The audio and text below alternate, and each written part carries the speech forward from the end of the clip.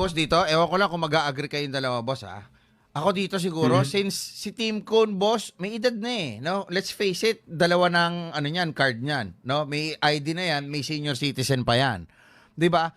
Why not allow him to just focus on the Gilas program? Kasi, boss, ako looking at it, 'di ba?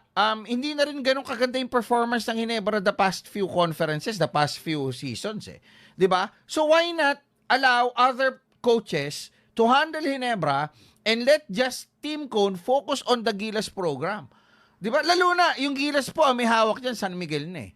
'Di ba? So mas magandang crowning glory ito for them na meron kayong mga malalakas na team sa PBA tapos yung national team natin na kayo yung tumutulong, maganda rin yung performance. And Team Cone cannot do it together. Yung dalawa na yan, boss, simultaneously. That will not happen.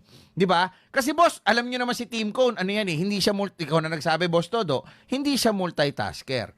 So kung hindi ka marunong kung hindi ka nagmo-multitasking, di diyan ka na lang sa Gilas o sa Ginebra ka, hanap kami ng bago, adjust kami, 'di ba? But with how Team Cone has steered itong team natin sa Asian Games and then against Latvia dun sa wild card ng Olympic, ako I'd like to presume na wala ka nang dapat patunayan sa PBA eh.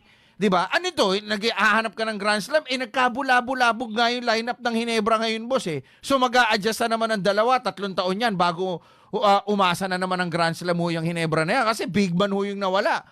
And any moment daw, yung ibang mga big man yan, baka mawala na naman ho yan. Kukunin na naman ho sa abroad.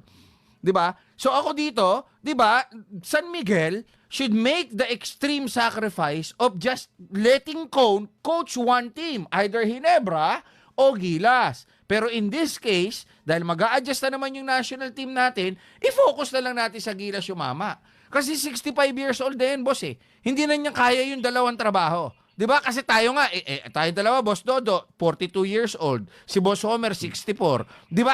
Isa na lang din yung trabaho. 'Di ba? Hindi na siya pwede makapag-multitasking. Ewan ko lang, boss, kung sang-ayon kayo dito.